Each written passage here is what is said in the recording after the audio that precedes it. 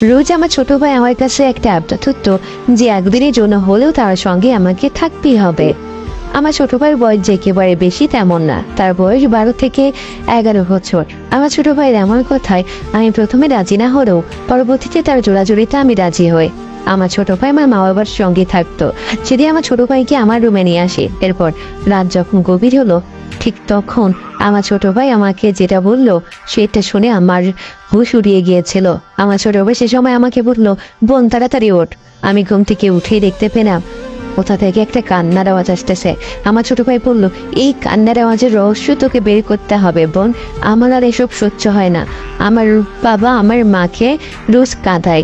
এসব কথা শুনতে শুনতে আমি স্পষ্ট শুনতে পাচ্ছিলাম যত রাত গভীর হচ্ছে তত কান্নার আওয়াজ বেশি থেকে বেশি আসতেছে। আমার আর বুঝতে বাকি থাকলো না যে কান্নার আওয়াজটা আমার মায়ের রুম থেকে আসতেছে আর কান্না করতেছে আমার মা। আমি তখন বললাম, তুই কি আমাকে এই জন্য তোর কাছে থাকতে বলতে যাতে তুই আমাকে দেখাবি যে রাতে কে কান্না করে আর কান্নার আওয়াজটা মা কেন কান্না করে আর মা কি জন্য কান্না করতেছে এটা তুই জানতে চাচ্ছিস? তো যখন ছোট ভাইকে এরকম কথা বললাম তখন আমার ছোট ভাই মাথা দাঁড়ালো। এরপর আমি ঠিক করলাম যে আমি যাব রুমে গিয়ে দেখি, কিন্তু এত রাতে নিজের মা বাবাকে ডিস্টার্ব করা কি আমার ঠিক হবে? এই জন্য আমি যাচ্ছিলাম না, মানে এক পা বাড়াচ্ছি আবার ভাবতেছি না আমার যা হয়তো ঠিক হবে না, এইভাবে আবার ঘুরে আসতেছি। যেভাবে রাতটা কেটে গেল।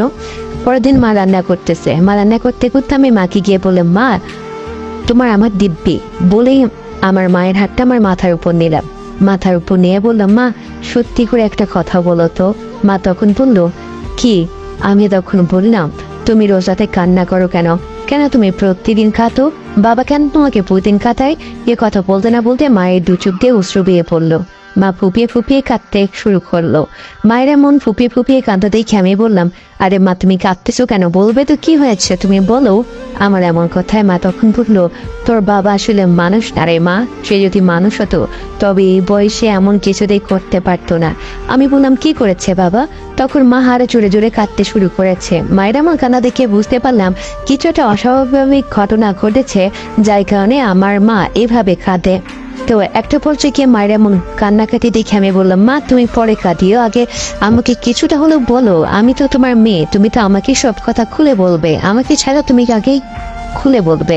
তো আমার এমন কথা বলায় মা বললো, তুই তো জানিস তোর বড় চাচা অনেক আগে মারা গিয়েছে, রোড অ্যাক্সিডেন্ট করে মারা গিয়েছে। তখন থেকে তোর বড় চাচির নজর তোর বাবার উপর গিয়ে পড়ে। তো এখন তোর বাবা চাচ্ছে তোর বড় চাচিকে বিয়ে করতে, কারণ তোর বড় চাচির নাকি থাকতে অসুবিধা হচ্ছে, সে ভালো মতো খেতে পারতেছে না, এজন্য সে বিয়ে করবে। তুই বল মা এটা কিভাবে সম্ভব? আমি মায়ের মুখে এমন কথা শুনে বললাম, মা তুমি কি কোনো স্বপ্ন দেখতেছো নাকি উল্টাপাল্টা মেয়াদ উত্তীর্ণ কিছু খেয়ে এসে এমন কথাগুলো বলতেছো? আমার বাবা এমন কথা কখনো বলতে পারবে না। আর বড় চাচির সমস্যা মানে বড় চাচিকে তো আমরা প্রত্যেক মাসে মাসে ভালো অঙ্কের টাকা পয়সা দিই, তো বাবা তো নিজে দিতে চায়। বাবা তো নিজেই তার ইনকামের টাকা থেকে বড় চাচির জন্য টাকাটা হিসাব করে আলাদা করে রাখে, আর এসব দিয়ে বড় চাচির প্রত্যেকটা আমার শান্তি মতোই কাটে। তাহলে বাবা কেন তাকে বিয়ে করতে চাইবে আর বড় চাচিরই বা কেন কষ্ট হবে? তখন আমার মাকে রেখে দে বলতেছে, মারে সত্যি কথা কি, তোকে আমি যে কথাটা কোনোদিন বলিনি সে কথাটা আজকে বলতেছি। তোর বড় চাচিকে দিয়ে তোর বাবার বিয়ে ঠিক হয়েছিল, কিন্তু তোর বাবা বিয়ে করেনি, পালিয়ে এসেছিল। আর সে সময় পরিস্থিতি ঢাকার জন্য তোর বড় চাচাকে গিয়ে তোর দাদা বিয়েটা দিয়ে দিয়েছিল বড় চাচির সঙ্গে। এরপর তোর বাবা আমাকে বিয়ে করে, কিন্তু পরবর্তীতে তোর বড় চাচির সঙ্গে আমাদের মন মানিয়ে একদম হচ্ছিল না। সে মোটেও ভালো মহিলা ছিলেন না, বলতে গেলে তার ব্যবহার খুবই খারাপ ছিল। তো মা যখন এইভাবে কথাগুলো বললো তখন আমার বুঝতে বাকি থাকলো না যে মা কেন এইভাবে কাঁদে। তো আমি বাবাকে কিছু বললাম না, খাবার খেলাম সবাই, ডাইনিং টেবিলে বসে খাবার খেলাম। হুট করে বাবা বলল আমাকে একটু বাইরে বের হতে হবে। মা কিছুতেই বাবাকে যেতে দিলেন না, কিন্তু বাবা বললো না বের হতে হবে, আমার একটা জরুরি কাজ আছে। কিন্তু মায়ের আর বুঝতে বাকি থাকলো না বাবা জরুরি কাজটা কি। এজন্য কিছুতেই আমার বাবাকে যেতে দিতেই চায় না। একটা পর্যায়ে বাবা বের হয়ে যায়। বাবা বের হয়ে যাওয়ার পর বাবার আর আমরা খোঁজ পাইনি। প্রায় 3 দিন ধরে বাবা বাড়িতে আসেনি। আমি এর মধ্যে বড় চাচির বাড়িতে অনেকবার গিয়েছি, গিয়ে চাচিকে জিজ্ঞেস করছি, চাচি বাবা কোথায়, বাবা কোথায়, বাবাকে তুমি দেখেছো? চাচি বলতেছে না, তোর বাবাকে দেখিনি। তো চাচি কথাগুলো কাটিয়ে দিয়েছে, কিন্তু তলা প্রত্যেকটা রাতেই আমার বাবা আমার চাচির সঙ্গে দেখা করতো, তাদের মধ্যে কথাবার্তা সব চলতো, কিন্তু এইসব গোপনে আমরা কেউ কিছু জানতাম না। তো এর মাঝে মার প্রচন্ড শরীর খারাপ হয়, মা বাবার টেনশনে খাওয়া দাওয়া সব কিছু বন্ধ করে দিয়েছিল, মা ঠিক মতো ভাবে খায় না। এদিকে মায়ের এমন অবস্থা দেখে আমারও প্রচন্ড খারাপ লাগতেছিল।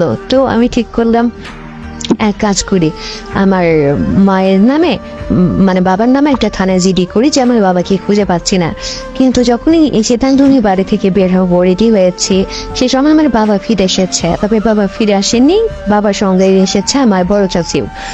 তো বাবা বলেছে সে নাকি বড় চাচিকে বিয়ে করে ফেলেছে, এখন কিছু করার নেই, এখন চাচি আমাদের সঙ্গেই থাকবে। তো এটা আমার মা মেনে নিতে পারেনি, মার সঙ্গে সঙ্গে মাথা ঘোরে এবং মা স্ট্রোক করে ফেলে। মা এতটা স্ট্রোক করে ফেলেছিল যে আমরা হসপিটালে মাকে নিয়ে যাব, সে সময় মা মারা যায়। তো মা মারা যাওয়ার পর খুব কষ্ট হচ্ছিল, বলতে গেলে কষ্টে বুকটা ফেটে যাচ্ছিল।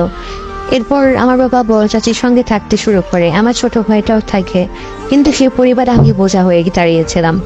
তো একটা সময় গিয়ে আমার প্রবাসী এক ছেলের সঙ্গে ফোনে ইমুতে পরিচয় হয় এবং তার সঙ্গে পরিচয় হওয়াতে আমি বিয়ে করার সিদ্ধান্ত নেই।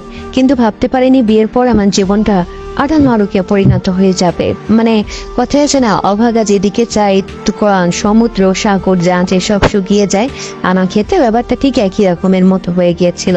প্রেয়সী ছেলেকে বিয়ে করলাম, কিন্তু বিয়ের পর জানতে পারি যে ছেলেকে আমি বিয়ে করলাম সেই ছেলের আগেই একটা বিয়ে হয়েছিল এবং তার বউ তাকে ছেড়ে চলে গিয়েছে। তো যাই হোক না কেন মেনে নিলাম, এ স্বাভাবিক ব্যাপার, যেহেতু বিয়ে হয়ে গিয়েছে সেহেতু এটা নিয়ে আমি তেমন কোনো মাথা ব্যথা হলো না আমার। কিন্তু মাথা ব্যথা তখন শুরু হলো যখন আমি জানতে পারি আমার শাশুড়ি মায়ের এবং কি আমার শ্বশুর মশাইয়ের মোটেও আমাকে পছন্দ হয়নি। তো তা যে পরিবারে নিজের বাবা মা মেয়েকে পছন্দ করে না, সে পরিবারেতে বেশি দিন থাকা যায় না। ঠিক আমার ক্ষেত্রে তেমনটাই হলো। আমার শ্বশুর শাশুড়ি আমাকে পছন্দ না করায় আমার স্বামী আমার এতদিন সাপোর্ট কাটলেও পরবর্তীতে আমার স্বামী আমার সাপোর্ট কাটা বাদ দেয়, সে প্রবাসে চলে যায়। প্রবাসে চলে যাওয়ার পর আমার শ্বশুর শাশুড়ি আমার নামে আমার স্বামীকে খুবই উল্টাপাল্টা কথা বলে। তো এইসব কথাকে বিশ্বাস করার কারণে আমার স্বামী আমার সঙ্গে আর যোগাযোগ করে না। আমি কি করব কিছুই বুঝে উঠতে পারছিলাম না। সে সময় খুবই কষ্টের মধ্য দিয়ে আমার দিনগুলো যাচ্ছিল। তো অনেকবার চেষ্টা করেছি যে এই সম্পর্ক থাকবো না, যেখানে মন চায় সেখানে চলে যাব, কিন্তু কোথায় চলে যাবো? আমার তো কোথাও যাওয়ার জায়গা নেই, নিজের বাপের বাড়িতে তো যেতে পারবো না। তো এই জন্য শত কষ্টের পরও আমি এখানে রয়েছি। আমি শুধু এটাই চাই, আমার মা মারা যাবার পর আমার বাবার কাছে যে আমার ভাইটা রয়েছে, সে ভাইটাকে যেন বড় চাচি মানুষ করে। তো এটাই আমার জীবনের চাওয়া। আর সব থেকে বড় কথা হলো কি, হয়তো একটা পুরুষকে বেশি সন্দেহ করতে নেই। আমার মা কিন্তু আমার বাবাকে যথেষ্ট সন্দেহ করতো। আমার বাবা প্রথম থেকে একটু ভালোই মানুষ ছিলেন, হয়তো আমার অতিরিক্ত সন্দেহের কারণেই আমার বাবার এমনটা হয়ে গিয়েছে। তা আমি চাচ্ছি না আমার স্বামীকে সন্দেহ করে আমার থেকে দূরে সরিয়ে দিতে। তো সবাই আমার জন্য দোয়া করবেন যাতে আমার স্বামী দেশে ফিরে এসে আবারও আমার সঙ্গে এক হয়, আবারও সমস্ত কিছু ভালোভাবে চলে।